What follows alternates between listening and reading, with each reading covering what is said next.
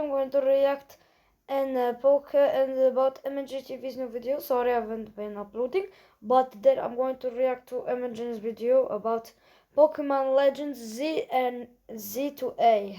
What is it? ZA was recently announced, and I am What's very ZA? excited for it.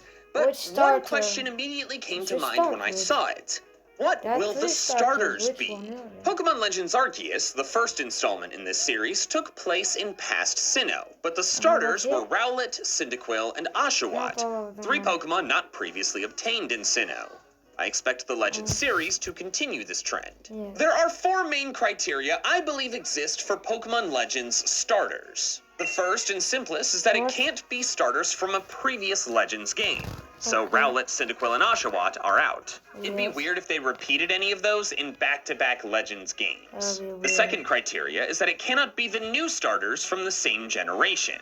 Legends Arceus is a Gen 8 game, and the Gen 8 Galar starters are nowhere to be seen in Legends Arceus, since they just received focus in their brand new game, Sword and Shield. Therefore, I don't think Sprigatito, Fuecoco, and Quaxly will be starter choices in Legends CA. I actually don't think they'll be obtainable at all, along with all of the other Paldea Pokemon. Yeah. There were not any Galar introduced new Pokemon available in Legends Arceus, so I think the same will be true moving from Scarlet and Violet to Legends ZA. The third is that they cannot be starters previously selectable in the region where the game takes place. Legends Arceus gave us a new story in a familiar place, and changing the starters added more of a fun twist to that. That's cool. I expect Legends ZA will do the same, and therefore not give us starters that Kalos has seen before. This eliminates Chespin, Fennekin, and Froakie, plus Bulbasaur, Charmander, and Squirtle. Oh, yeah. In case you forgot, X and Y are the only games to ever allow the player to choose two starters from two sets of three.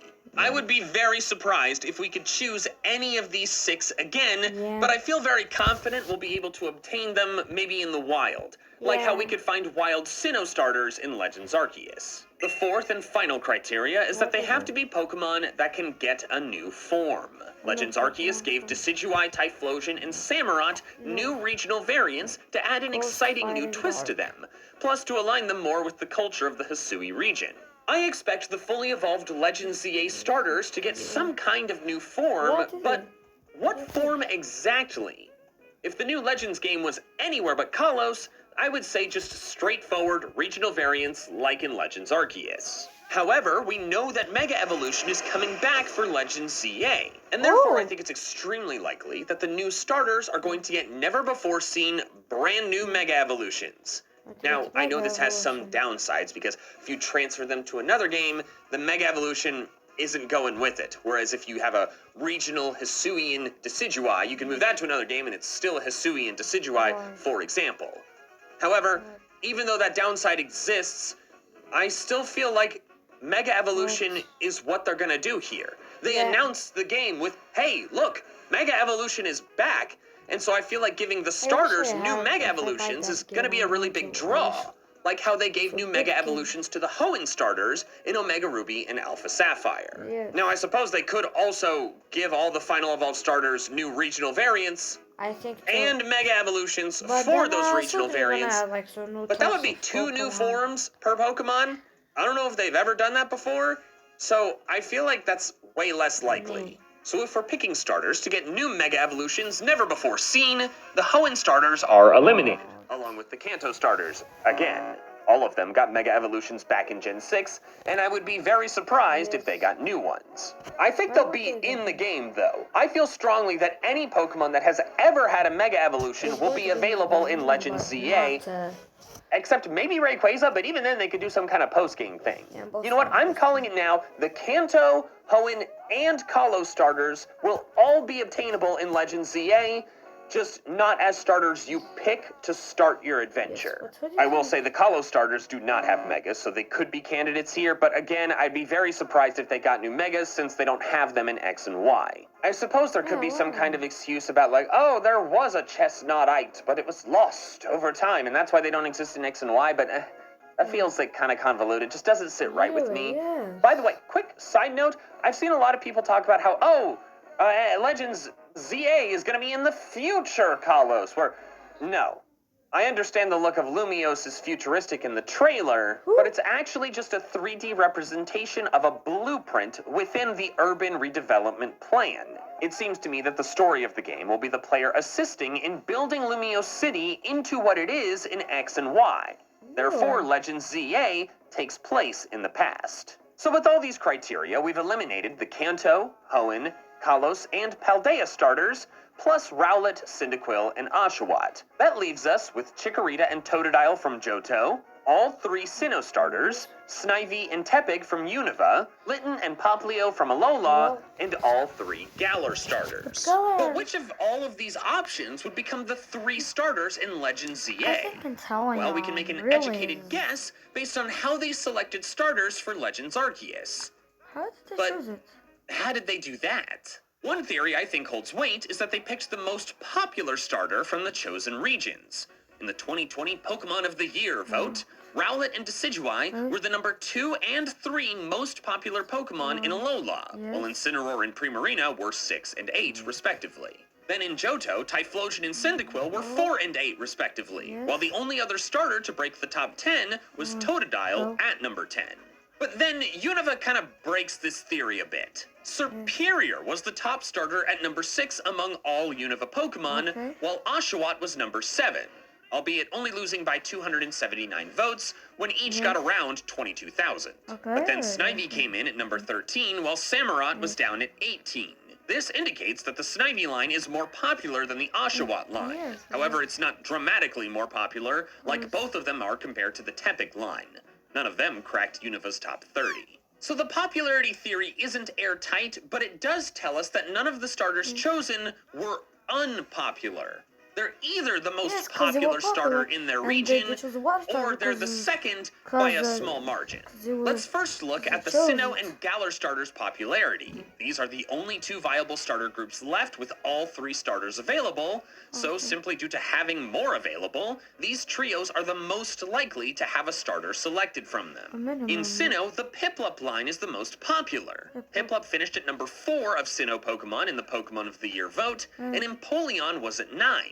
Infernape finished close behind Piplup at number 5, but neither Chimchar nor Monferno made it into the top 30. Meanwhile, Torterra was at 12, while Turtwig was at 21.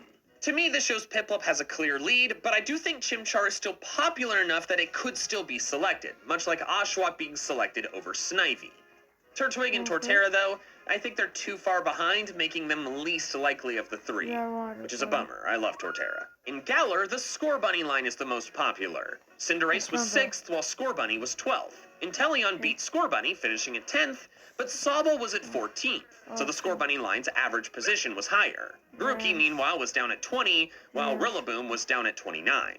As for the other pairs of starters, in Johto, Totodile finished at 10, while Feraligatr was at 16. Chikorita was at 14, but neither Bayleaf nor Meganium made it into the top 30. Totodile has the edge over Chikorita. In Unova, as already discussed, the Snivy line is the most popular, with Tepig very far behind. Finally, in Alola, Incineroar was 6 and Litten was 13, while Primarina was 8 and Popplio was 28. Litten has the clear popularity advantage. So that covers popularity, and I have some ideas from that, but there's another theory for how the Legends Arceus starters were selected. Connection to the culture of the region, despite not being from it. Loxton has a great video about this, but to summarize it, Hisui and Sinnoh are based on Hokkaido, which is the northernmost part of Japan.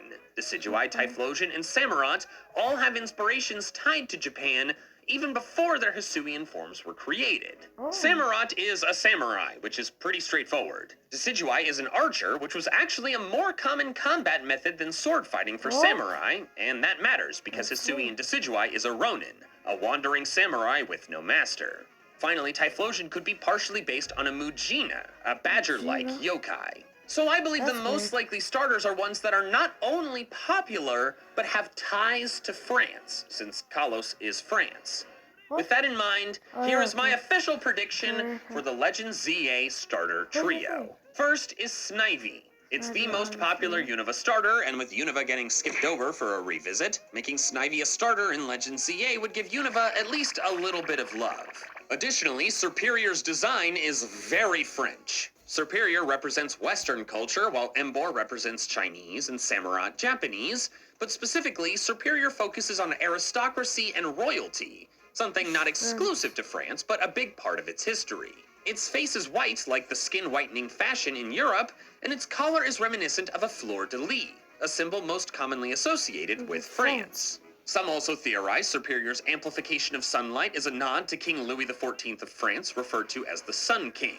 Plus, Ken Sugimori specifically mentioned Serperior being inspired by Lady Oscar from the manga The Rose of Versailles, a historical fiction series set in France. Wow. Speaking of extremely French starters, Empoleon.